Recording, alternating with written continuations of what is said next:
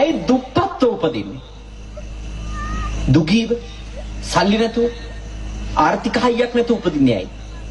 භාග්‍යවතුන් වහන්සේ මල්ලිකා දේවියට අවධාරණය කරනවා මල්ලිකාවෙනි යම්කිසි මාගමක් යම්කිසි ස්ත්‍රියක් දානයක් දුන්නේ නැත්තම් පරිත්‍යාගශීලී නූනනම් සංසාර ගමනේ සිල්වතෙකුට ගුණවතෙකුට ලැබෙන්න තිබිච්ච දානයක් වැළැක්කෙව්වනම් ඒකේ ආදීනවය තමයි ඒකේ විපාකය තමයි එයා සසරේ උපදින භවවලදී දුගීව දුප්පත්ව ඊටාම දරිද්‍රතාවයෙන් පෙළෙන ඇත්තන් විදියට උප්පත්ති ලැබීම. එකක් දාන පරිත්‍යාග වළක්වාලීම, අනිත් එක දීලා නැතිකම. අපි සසරේ දීලා නැත්තම් ලැබෙන්නේ නැහැ. මේ ආත්මෙත් එහෙමනේ. දෙන්නේ නැති අයට ලැබෙන්නේ. දෙන අයට විතරයි දේවල් ලැබෙන්නේ. පරිත්‍යාගශීලී වෙන තරමට පරිත්‍යාග හම්බ වෙනවා. දැන් මම උපරිම 100% පරිත්‍යාගශීලියෙක් කියලා මා කියන්නේ. ඒත් මට ලැබෙන පූජා වලින් මම කරන්නේ පොඩි හාමුදුරුවෝ හදනවා. මගේ මධ්‍යස්ථානයේ ඉන්න පොඩි හාමුදුරුවෝ 92ක්. චූටි අය අවුරුදු 7 ඉඳලා චූටි හාමුදුරුවෝ 92කට උගන්වනවා. ඒ අතරේ විශේෂ පුහුණු කරනවා තව 25 30 ගෙනල්ලා එතකොට 120ක් 125ක් විතර වෙනවා එක මේ දවසකට ආයතනය ඇතුලේ. ඒගොල්ලන්ට මට ලැබෙන මේ පරිස්කාර වලින් දානමාන ටික දීලා පොත් පෑන් අරන් දීලා සතියකට අඩුම 5 දිනක්වත් ඉස්පිරිතාලේ ගෙනියන්න ඕනේ. බේත් තරන් දීලා උගන්වනවා. පුදුමයි කියන්නේ 100 ගණනක් පෝෂණය කරන්න දේවල් ලැබෙන. ඒක තමයි විශේෂය. ඔබ විශ්වාස කරන එක නේ මාසෙකට මගේ පන්සලට හාල් ගන්න ඕනේ හාල් කිලෝ 1200ක්. මාසෙකට හාල් යනවා 1200ක් කිලෝ. එච්චර දෙයක් දෙන්න හම්බ වෙනවා. දෙන්න නැත්නම් හම්බෙන්නේ නැහැ. මට හම්බ වෙන ටික ඔක්කොම ගොඩ ගන්න පටන් ගන්නකො හම්බෙන්නේ නැහැ. මට හම්බෙන පිරිකර ටිකෙන් තා පොඩි නමල ටිකකට උගන්නනකොට දේවල් හම්බ වෙනවා. ඒක ස්වභාවය. මං දන්නේ මං හිතන්නේ මෙච්චරයි. ලිඳක් ඉස්සොත් තමයි වතුර පිරෙන්නේ කියලා. ඉහින් නැති ලින් වල පිරෙන්නේ නැහැ. හැමදාම එක ගානයි.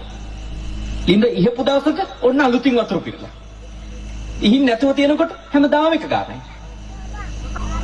පරිත්‍යාගශීලී වෙන්න. බය වෙන්න එපා මොකුත් නැතු වෙන්නේ. මොකුත් නැතු වෙන්නේ. කිසිම අඩුවක් වෙන්නේ නැහැ. බුදුරජාණන් වහන්සේ දේශනා කළ දක්ඛිනා විභංග සූත්‍රයේදී මජ්ක්‍ධිම නිකායේ උපරිපන්නාසකි. තාම වටින සූත්‍රයක්. ප්‍රජාපති ගෞතමියට දේශනා කළේ ආනන්ද තෙරුණුත් එතන හිටියා. පුද්ගලික දාන 14ක් තියෙනවා. පුද්ගලික දාන 14න් අන්තිම එක තමයි තිරිසන් සතුන්ට දෙන දානය. එතන පෙන්නනවා තිරිසන් සතෙකුට පරිත්‍යාගයක් කළොත්, ඒ කියන්නේ කෑම වේලක් දුන්නොත්, දානයක් දුන්නොත් ආනිසංස කොහොමද හම්බෙන්නේ? 100 ගුණයක්. තිරිසන් සතෙකුට කෑම වේලක් දුන්නොත් කී ගුණයක් හම්බෙනවද? දුන්නා වගේ 100 ගුණයක්. ඊළඟට අපි කියමුකෝ මෙහෙම. අමු දුසිල්වත් පෘතජ්ජනේකට දානයක් දුන්නොත් දැන් සමහර හිඟන්න වෙන්නේ නේ. මූණ බැලුවම් පේනවා ඊයේ බීපු අරක්කු භාගේ තාම වැඩ කරනවා කියලා. උන්ටටම පේනවා අමු දුසිල්වතා කියලා නේ. උන්ටට අරක්කු මූණේ පේනවා. අනේ මහත්තයක් දවස් දෙකකින් කෑවේ නැහැ කියනකොටම තේරෙනවා මේක හොඳට කාලා ඊයේ රාත් කොත්තුවක්වත් ෆ්‍රයිඩ් රයිස් එකක්වත් කාලා ඉන්නේ කියලා පේනවා. අමු බොරු කියලා. කාමයේ තික්මීමක් නැති බවත් පේනවා. අතට අහු වුණොත් ළඟට පාතකට ආවොත් තියෙන අතේ මිටේ තියෙන එකෙන් හරි සතෙකුට ගහනවා කියලා පේනවා. ඒ කියන්නේ සිල්පද පහම කඩනවා කියලාත් පේන. කර්මඵලයක් අදහන්නේ නැහැ කියලාත් පේන. අමු දුසිල්වත් අමු පෘතජ්ජනේකට පරිත්‍යාගයක් කළොත් බුදුරජාණන් වහන්සේ ඒකේ ආනිසංස ගැන මොකද කියන්නේ? දුන්නා වගේ 10 ගුණයක් හම්බ වෙනවා. තේරුණේ? ඒ කියන්නේ අමු තක්කඩියෙකුට දුන්නා වගේ 10 ගුණයක් හම්බ වෙනවා. දාන කියන්නේ එහෙම එකක්. මේ විදිහට ආනිසංස පක්ෂයේ ඉස්සරහට අරන් යනවා භාග්‍යවතුන් වහන්සේ. ඊළඟට පෘතජ්ජන සිල්වතෙකුට දුන්නොත් දැන් සමහරුන් කර්මඵලය අදහන්නේ නැහැ. හැබැයි සිල් රකින්න. පව් වැඩ කරන්නේ නැහැ. ඒ වගේ කෙනෙකුට දුන්නොත් නේ දසදහස් ගුණයක් හම්බ වෙනවා. ඊළඟට වෙනත් ආගමක ඉන්න ධානලාභියෙකුට දුන්නොත් ලක්ෂ ගුණයක් හම්බ වෙනවා. ලක්ෂ ගුණයක්. එහෙම වැඩි වෙනවා. ඊළඟට සිල්වත් ආර්ය ශ්‍රාවකයෙකුට දුන්නොත් ඊට වඩා වැඩි ගුණයක්.